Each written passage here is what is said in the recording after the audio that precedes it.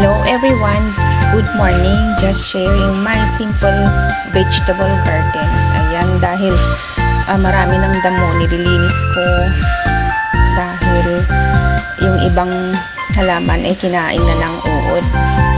At yung purple corn ko na tinanim ko, wala na, kinain na lahat ng uod. So, siguro hindi talaga para sa akin yung corn na yun. So, better luck next time na lang.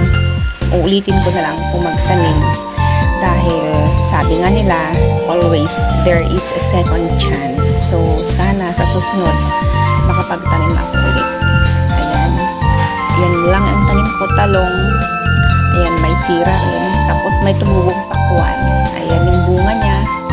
Yan ang aking hinarvest na saluyot lang. Anyway, sana makapagtanim ako ulit. Ayan, thank you for watching.